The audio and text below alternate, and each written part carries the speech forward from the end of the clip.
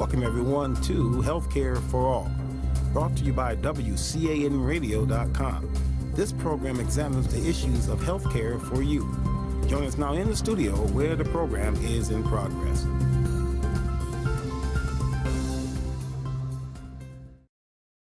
Welcome to Healthcare for All, sponsored by WCAN Radio and produced by Span, Ohio. I'm Debbie Silverstein, your host, and I'm here in the WCAN studios with my co-host, Tim Sember. Hi, Tim. Hi, how are you doing, Debbie? I'm doing very well, and I'm really excited tonight. I'm looking forward to tonight's guest. This is a very, very important topic we're talking about, very important subject in the healthcare world.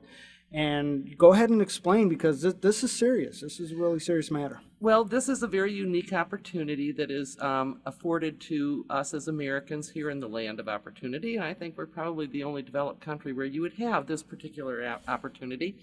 And that's the ability to go bankrupt due to illness. Now, wait a minute. You said this is an opportunity for Americans I guess, to go bankrupt. You look at it this way, that, here we are, we're the land of opportunity, and this is what can happen to us. Wow, that's a bold One statement. illness can wipe us out. That's a bold statement you just made right there. Yeah, it is. Okay. It is, but it's the truth, and it's one of the things that's wrong with our current healthcare system, and it's also something that has not been fixed, according to the research that's done. And our guest is going to explain that tonight. Well, who's our guest, Debbie? I'm looking forward to this. Our guest is Dr. Deborah Thorne, an associate professor of sociology at Ohio University and a principal investigator on the Consumer Bankruptcy Project. For the past decade, economic inequality generally and debt and consumer bankruptcy specifically have been at the core of her research agenda. As such, she has authored articles and book chapters on a range of issues associated with debt and consumer bankruptcy, such as social mobility, stigma, gender, effects of severe debt on couples' relationships, medical debt, reasons for elder debtors' bankruptcy, financial education, and financial health following bankruptcy. She was one of the principal researchers on a research project about medical bankruptcy in Massachusetts after they enacted their healthcare reform, which the Affordable Care Act is based on. Last month we talked about Massachusetts and what to expect, and this month we're kind of continuing, because Massachusetts is what we're looking at to see what's going to happen as the Affordable Care Act actually rolls out in its entirety in the next year or so. And so we want to welcome Dr. Deborah Thorne. Good evening. Good evening. Thank you for having me. I'm glad to be here. Glad to be talking with you.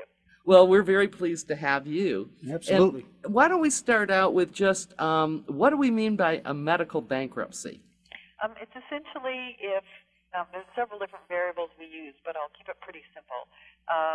If the respondent said specifically that their bankruptcy was explicitly caused by an illness or injury, or if they spent a certain percentage of their annual income on medical bills, or if they lost their job because of an illness or injury. So we had a couple different variables that were in the pot to determine what percentage of people who filed for bankruptcy. The biggest study was in 2007. That was a nationwide sample, and then we did a smaller sample in just Massachusetts in 2009. But the larger sample was a perfect study because it was a completely random national sample. So it was representative of the entire United States. So a medical bankruptcy is just essentially what it sounds like. Now, there's no official, if you look at the bankruptcy code, there's nothing officially known as a medical bankruptcy, even though some people who file for bankruptcy believe that they are filing a medical bankruptcy. There's no such thing. But in the world of bankruptcy research, it's just essentially which variable caused you to file for bankruptcy. It's illness or injury. What pushed you over the edge? Yep, absolutely. Maybe you could have handled the debt you had until you got sick. Oh, sure. Most Americans are carrying credit card debt around and can manage. It's unfortunate they're carrying it, right? But can manage and make those monthly payments or even more than the minimum every month until that crisis, that medical crisis happens. And it's just one stumble, it's one diagnosis away for virtually every American. And we all like to think we're insulated from this. And I did too until I started studying bankruptcy about 15 years ago. And I realized after doing hundreds and participating in thousands of interviews we are all one diagnosis, with the exception of maybe the top 1%. One diagnosis away from a medical bankruptcy should something catastrophic happen to us. Well, how prevalent is this? I mean, is this a minority of the bankruptcies, a majority of the bankruptcies? Is it? The top two reasons for filing bankruptcy are job loss and medical problems. Now, it's hard to uncouple the two, right? Because so unfortunately for many of us, our health insurance is tied to our job. Okay. And so if we get sick and lose our job, there goes our health insurance. Or if we lose our job, lose our health insurance and get sick. Either way, we're kind of in a real pickle, in a real dilemma. So it's hard to unbraid those top two reasons for bankruptcy, but illness and injury or medical bankruptcy tied with job loss are number one reason for filing for bankruptcy. Oh, my. Yeah. Well, we're looking at about 60%. Okay, now you're saying that about 60%. Yeah, about 62% of all bankruptcies in 2007 were a result, and that was with the nationwide sample, were a result of an illness or injury, or they were medical bankruptcies. I can understand that. I mean, if you look at it, when it comes to a medical, you don't expect it. You don't see it. And you mentioned before, Doctor, Dr. Thorne, that like credit cards, you can pay your minimum wages or whatever you have might be for, but all of a sudden you get sick, and there it goes. Now you have now it's a roll downhill effect. I see now it's all rolling downhill. Now everything's going to catch up because of sickness. It's really that's scary to think about. I never knew that it was actually the top two reasons. You said 62%. 62% of the people who filed in 2007 filed for medical reasons. Well, that's a lot, right? Yeah. Because we're looking at. I mean, let's think about this. In that year, we were looking at.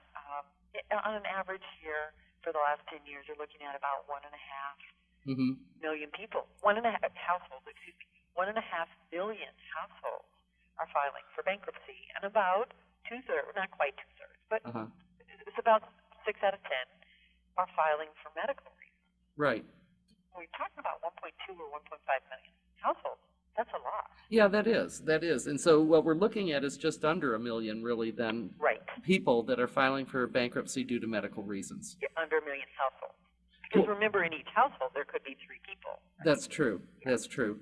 And the bankruptcy affects everyone in that household. It affects the kids, which I'm doing some research on right now. It affects the parents. It affects parents' adults' retirement accounts. Because they're withdrawing from their 401ks to try to pay this.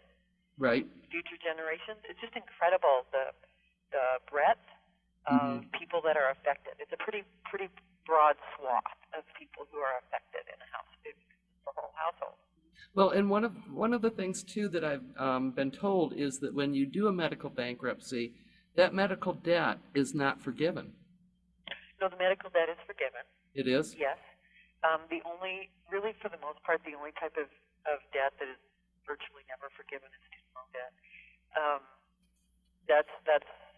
There are a few other small exceptions, but so let's say, for example, that it depends on what kind of bankruptcy you file too. So let me be clear there. But let's say for the 2 leading types of bankruptcy for consumers, everyday people like you and me, are Chapter 7 and Chapter 13. Chapter 7 is if you have no assets. So let's say you do not own a home. Your car is kind of icky, so it's not worth. You're not driving a Jaguar, okay? And you don't have a couple $100,000 in savings. I mean, you virtually are. There are no asset bankruptcy. Okay. If I had owed, say, $100,000 in medical bills, which would be easy, right? It'd be very, very easy to accrue that. In a Chapter 7, you just file your petition. You go before you have a hearing before your creditors that they can attend, and all of your debts, if you prove that you have no assets, your debts are erased. Okay. They're discharged. Now, if, however, you have a home, and it depends on whether you're following federal law or state law specifically, but if you own a home, depending on how much equity you have in it, And if you have, say, savings accounts, that kind of thing, you have assets, then, thanks to the bankruptcy reforms of 2005, 2006, then you could be forced into Chapter 13. It depends on whether you fail or succeed the means test. And if you have to file a Chapter 13, you could be forced to repay a portion over a period of usually 5 years, repay a portion of your debt, medical or otherwise. Okay. So if you qualify for a 7, all of your medical debts would be eliminated. All of your debts would be eliminated except student loans. Okay. Yeah. Well, but if you qualify for a 7, you virtually have nothing, and it's one of those you can't get blood out of a rock situations. Absolutely. The overwhelming majority of bankruptcies are Chapter 7s. Despite the reforms of 2005, they've swung back to Chapter 7s because there are no asset bankruptcies. Most people have, even though they own their homes, now this is pre-bubble, okay, so, but even they have no equity, so they have no assets. Okay. And so they were no asset bankruptcies. Most people are in 7. And so you would discharge all of your medical bills. Now, here's what's important to keep in mind, however. This is an article that Professor Catherine Porter, she's law professor at University of California, Irvine, and myself, that Katie and I wrote off the consumer bankruptcy data. And what we found was that about 2/3 of the people 2 years after bankruptcy are still in poor financial shape. And one of the leading indicators of that was if they had a chronic medical problem. Oh, okay. It prevents people from rebounding. So we often think, well, if I get sick, then I'll file for bankruptcy and I'll get rid of my medical bills, and all will be well. No, that's only the case if you have an acute illness and you've healed.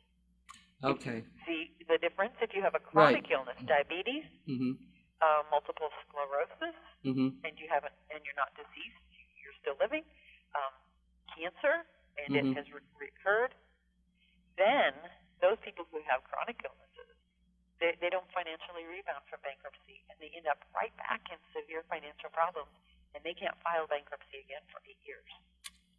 Ooh. For 8 years, So they're dealing with this debt again. okay. Well, one of the things you said is that we're all just one diagnosis away. Yes. And the new healthcare law that's going to be rolling out in its entirety in January, where everyone has to have insurance. Well, that insurance is supposed to protect us from that, isn't it? Well, it's a nice idea. Oh. Right? I think it's a really nice idea, and I think it might work if there were not large deductibles affiliated with many of those types of insurance and large co-pays. So I think what we may see, which is similar to what we saw in Massachusetts after Romneycare was implemented, that there was a small decrease in medical bankruptcy, although it was not statistically significant. People continued, so virtually everyone had health insurance. Right. And virtually everyone had health insurance, not completely, but virtually everyone had health insurance in Massachusetts. And lo and behold, we still have a large portion of the population that are filing medical bankruptcies. Let's see, and I have the exact percent, 53% in Massachusetts are still filing medical bankruptcies after Romneycare. And they have insurance. And they have insurance. So why is that? What's going on? Yeah, that's my question. Right. And Tim's sitting here with that same question on his face. Like, what the heck, right? What yeah. the heck? I mean, I have insurance, I should be safe. Because what's happening is people are still they're being hit with high mandatory premiums. Okay. Which is coming out. It doesn't matter how you slice it, they have to pay that every month. Right. They're struggling with high co-pays and high deductibles and uncovered services. So it's leaving them with a lot of out-of-pocket costs. So uncovered services such as physical therapy, if it's not covered, you have to pay for it. Right. Your drugs that are not covered, some home health care that is not covered. So And it seems that every day there's more and more that's not covered. Exactly. It's getting more and more expensive to have health insurance. Right. So you have virtually everyone in Massachusetts has health insurance, and it made virtually no difference in the rates of medical bankruptcies. Well, then why do we have the insurance? Well, I just present the data. I mean, other than they tell us that we have to have it, what good is it? You have to wonder, don't you? You have to wonder, why bother? It seems like a very ineffective stopgap measure. Based on the data and the research that I've done, requiring health insurance is not going to reduce bankruptcies and insurtech, is not going to reduce the financial distress that households are experiencing because of illness and injury. Well, I am a strong supporter of universal health care or single payer system because of the data that I've seen and the articles that I've written, it doesn't seem to me that mandatory health insurance serves a purpose. For the individual, I don't know what it's doing for the industry. I can tell you for the most households, it's not effective. Well, I guess for the industry, it's a shot in the arm because they're going to have all these new customers that they didn't have before. Now, they do have to pick up some of the ones that they have denied coverage to, those with pre-existing conditions. And it's amazing the pre-existing conditions that can get you booted out. In the past, I have a friend that was rejected by 3 insurance companies because of a diagnosis of pre-diabetes. Right. I've been diagnosed with pre-melanoma. Oh, and that would get you kicked out. And if I didn't have insurance, I'm one of the privileged few, right? And I don't even know how long this is going to last. I don't trust this either. But I have health insurance through the university, which is not cheap. I pay for this too. I pay a significant monthly premium. And now that I've been diagnosed with pre-melanoma, and they said, it doesn't look like it is, but it might be. It will be the same thing because I asked my doctor if I were to have to pick up private health insurance, what is this diagnosis now going to do to me?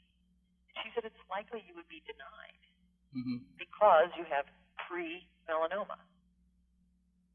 Well, because that's going to be expensive if it becomes non-pre-melanoma. And it's really going to suck for me when I die because I didn't have health insurance to cover it. Well, it's going to it's going to be bad for you.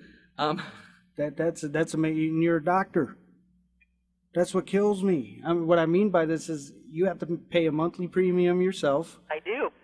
A significant monthly premium. A significant that goes monthly up every premium. Year. Yeah.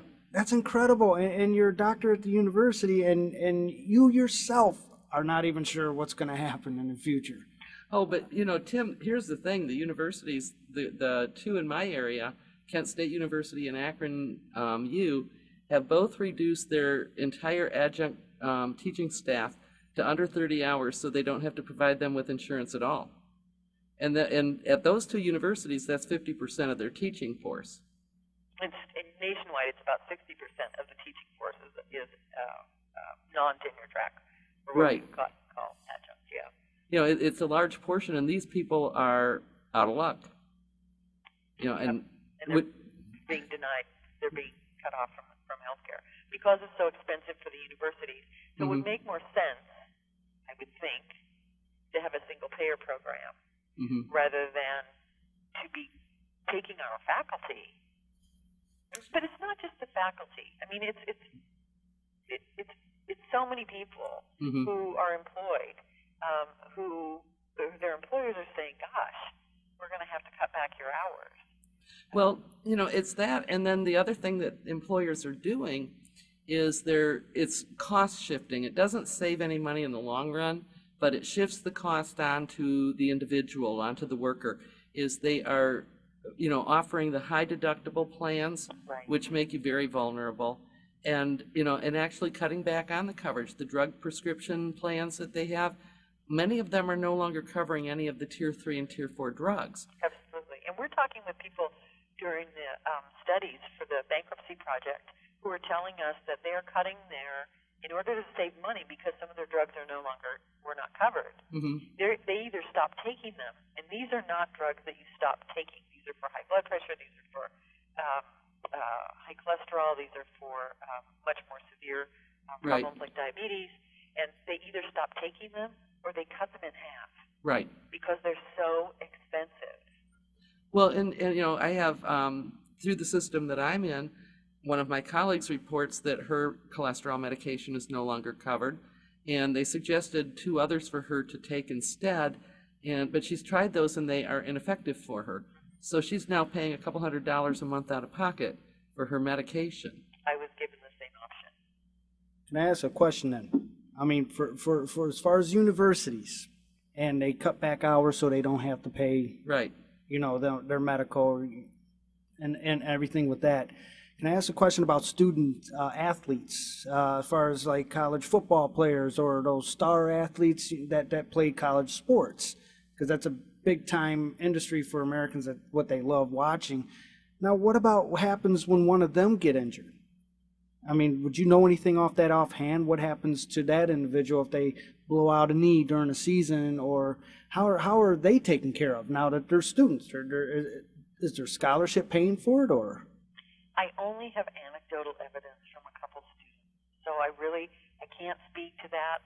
I was just told by a couple students, one who broke a vertebra in his back during practice, was that his medical bills were covered through I don't know if it's not through scholarships, but it was covered through the football program, and his medical bills were covered. But here's something.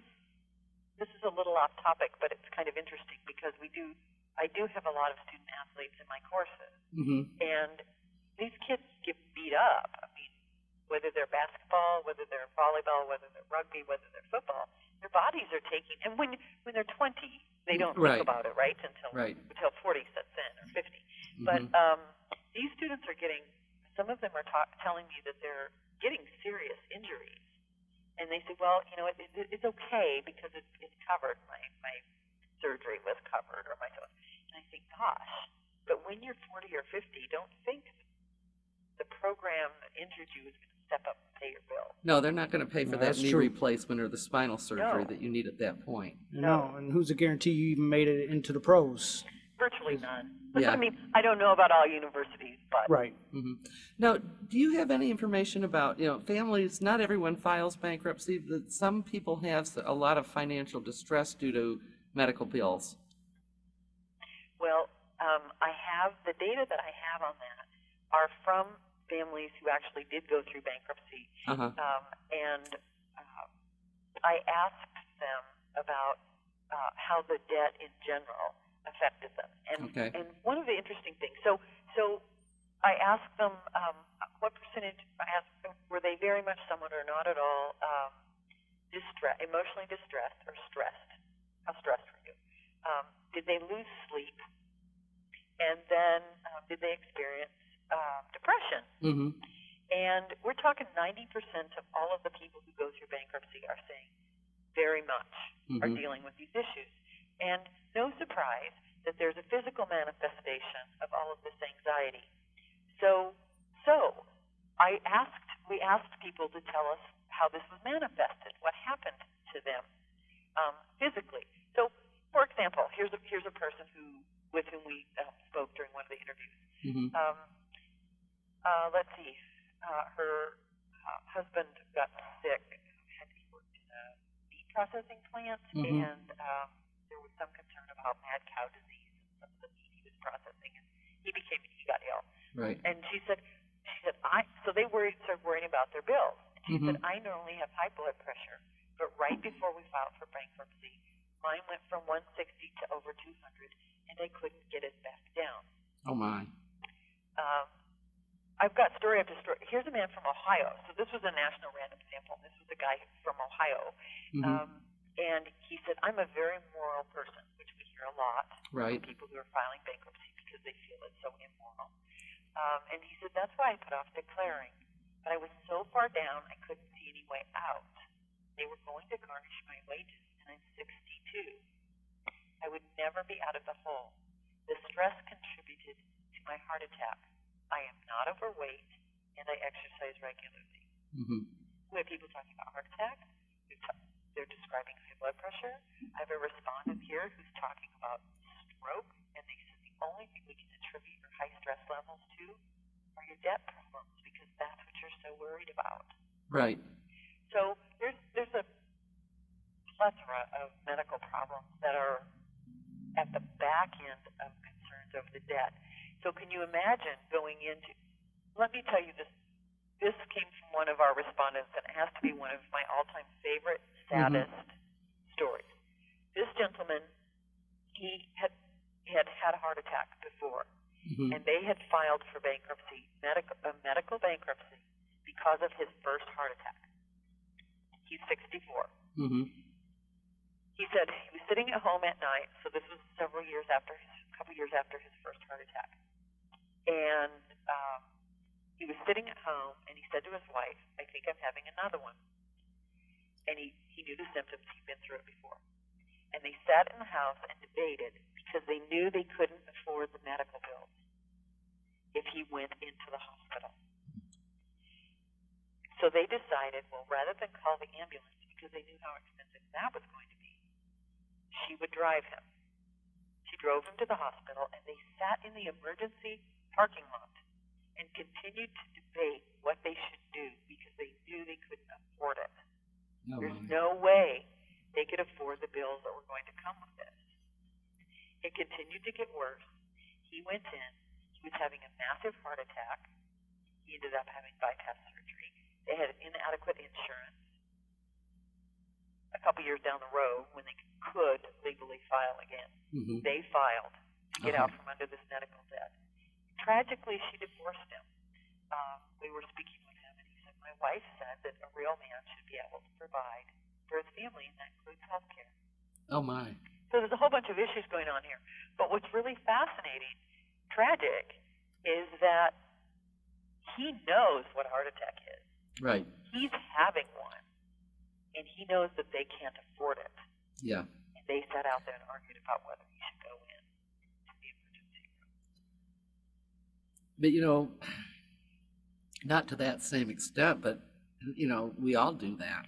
Yeah, we do. With conditions. I argued for half a day over a kidney stone, and I know others do on other issues where you need to get in, sooner rather than later, and that's one of the reasons why we are so expensive, is because we wait too long to go in on some issues. Now, kidney stone, I guess you're just in pain longer, but there are the issues like the heart attack. You hope it's just gas. Right. It's just indigestion. Yeah. Surely this will go away. I'm sure this is just a cyst in my breast, and I'm sure it will go away. Right. Because, and anyone out there listening who's gone in for a medical condition, you have the initial copay, and then lo and behold, there's the cost for the medication, and then there's another doctor that you have to go see with another copay and another copay. And before you know it, and again, I have what I would consider pretty good health insurance here. It's not uncommon for me and my husband, just on regular, we got kicked by the horse. One of us, has maybe a kidney infection. I mean, just doesn't matter, all right? Pick something. And in a regular month, we're spending on top of premiums $100, $150, maybe $200 in copays. Nothing extreme. Right. We don't have chronic conditions. It's life. And we don't even have children that we have to worry about, little people breaking a leg or breaking an arm. Right. It's just life. And that's the thing is, it is just life, and it's something that we're all prone to. It's something that we're all vulnerable to. One of the statistics that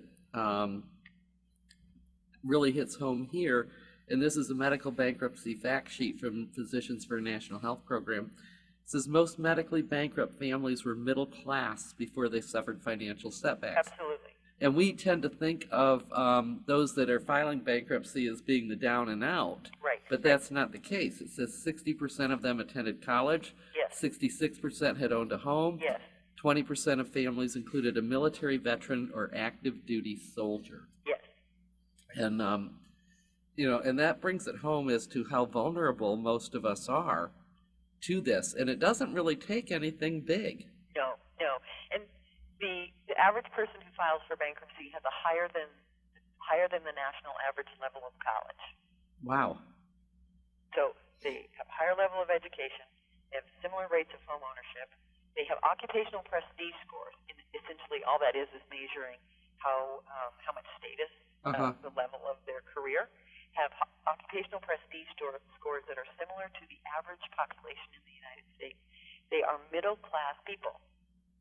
Just your basic. Your average Joe, right?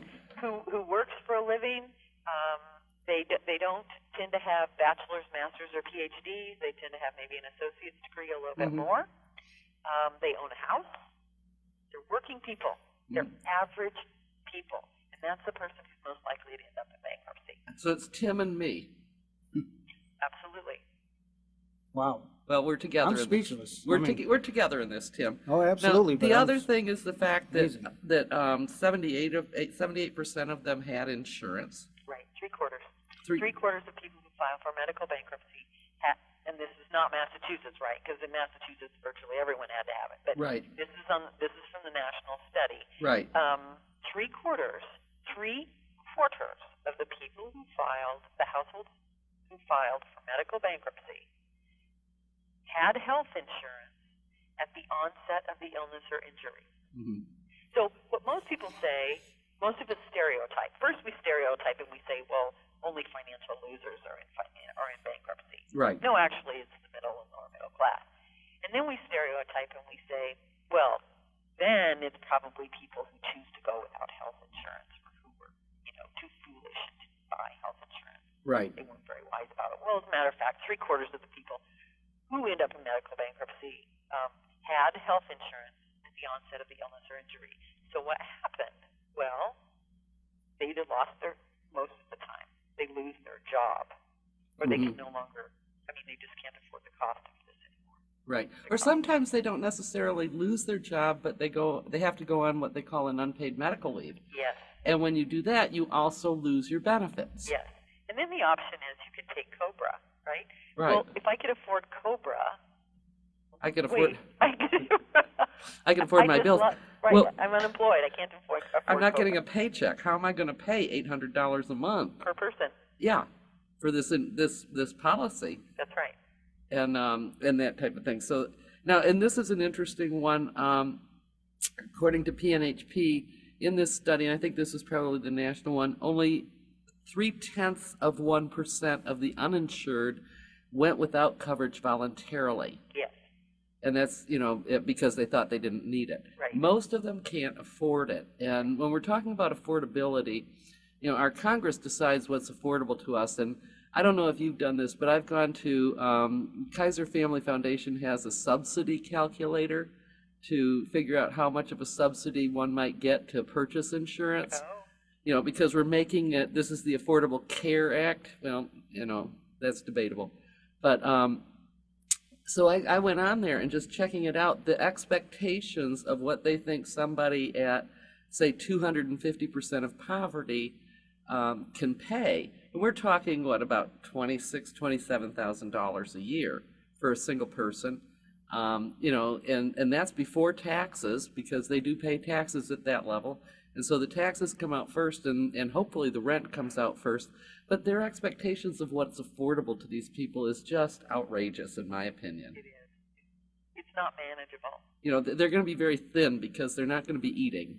Right. Maybe this is how we're going to take care of our obesity epidemic. I don't know. It's, starve them by, with these insurance premiums. But that's just going to cause them, many other problems. And there are a lot of people in that boat that even though they'll get a subsidy, it's not enough.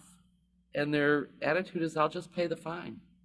It's probably cheaper for them and just hope they don't get sick. Yeah. And that's the thing, because I know, when we're talking about it can be a very common thing. And of course, We have a culture in this country where we like to blame the victim for everything and that type of thing. And I remember when my uninsured sister called me and she had a kidney stone. I told her she needed to get to the ER because she was breathless. She was in so much pain she couldn't breathe. And, her first reaction to having the kidney stone is, what did I do wrong? Right. I said, you lived long enough to get it. Right. It's just a matter of time. Yeah, and it's like, that's the attitude now. It must be because I did something wrong that I got sick. Yes, and interestingly, the timing of this conversation is perfect. I was just speaking with my cardiologist yesterday, and my mother had quadruple bypass, and we're starting to wonder, just make sure my heart is healthy. Right. And he said, you realize that and I'm vegetarian, approaching vegan because of my cholesterol. And he said, you realize, and I exercise, and he said, you realize you can be on the best diet, and you should be, and you can exercise regularly, and you should, but if we live long enough, we're all going to have heart disease. Right. Now, whether that's true or not, I don't know. It was a cardiologist who was telling me this. Right. And I thought, wow, so you're telling me if I do everything right, if I assume all of this responsibility and say it's my job, okay, I'm eating as healthily as I can, I'm exercising, I'm meditating, I'm trying to do all these things. He said eventually it will make no difference. Well, your body wears out after a while, Your joints give out. People do not choose to need hip replacement or knee replacement as we age. No. We don't choose Alzheimer's. And we're not immortal. So I said something's going to get me, but there's the issue about quality and quantity of life as well. But the fact of the matter is something is, and an awful lot of that is determined by heredity. Absolutely. Now, I do have to laugh. My mom says, well, on the Ford side of the family, we've got heart disease. And she said, Nanny and Grandpa died of heart disease. I said, they were 93 and 95. I said, they were old. They died of old. They died of old. Yeah. That's right. And that's just a fact of life. But the fact, that is the point, that eventually all of us are going to have something that we're going to need care for. Right. And, and after having studied this for so long, and I've reached the pessimistic point of, I just hope it happens quickly because it's inevitable. Yeah. Because I don't want to leave my husband assuming I outlive my husband, I don't want to leave my husband with a bunch of debt. Right. And I just hope I go quickly. And I'm empathetic with the people whom we interview who talk about, we haven't discussed this before, it's really dark, but the people who have talked with us about genuine, authentic thoughts of suicide because they know their prognosis is so gloomy and so it's fatal, terminal, and they know how expensive it's going to be. That's what is their primary concern. For a long time we've said, well, people don't want to be a burden on others, physical burden, right? But for many of the people with whom we spoke, they start talking about, I'm considering suicide because I don't want to leave my family with a bunch of financial debt. Oh my gosh, what kind of system is that? Well, and there are people that refuse treatment at all because of that same issue, and we knew a gentleman in Akron that did that. To kind of sum up, is there anything people can do to protect themselves? Well, I mean, we can all, just like you said, you're very individualistic in this country. And so one of the first things that comes out of people's mouths is that, well, gosh, if we gave up our poor eating habits that some people have, and we exercised more, and then that would solve the problem. And it doesn't. It doesn't solve the problem. So I'm hugely pessimistic. I think individualistically, is there anything people can do? Gosh, well, some of us try. I'm trying with my diet. I'm trying with my exercise. But I think our problem that we have been discussing is a structural, societal problem. It is not an individual problem. We're talking about health insurance issues and how do we care for our people who need medical attention. It's not, why am I sick so much? It's how the heck can I get the attention and the treatment that I need? And that's a structural issue. And that's very much beyond the individual. What can we do? I think we need to be politically active and vocal about it. Well, thank you. You know, this has been a wonderful conversation. Unfortunately, we're at the end of our hour here. We're almost there, yes. Yeah. I do have a quick question, though. Yeah. Sure. Before you mentioned that there was 62% in 2007, correct? Yes, Of the that's reason why they bankruptcy. Yes. Do you feel that number, now that we're in 2013, you believe that number has gone up, or do you think it's gone down a little bit? So 62% were for medical reasons? Yeah. You're saying now, do I think it's higher or lower? I mean, do you think it's higher or lower for those two reasons now? Or is it about the same? Really hasn't changed? Well, I would expect that because our medical expenses have continued to rise, and our wages have not kept up. Our wages are pretty stagnant and have been for about the last 30 years. I would expect that our medical bankruptcies have increased.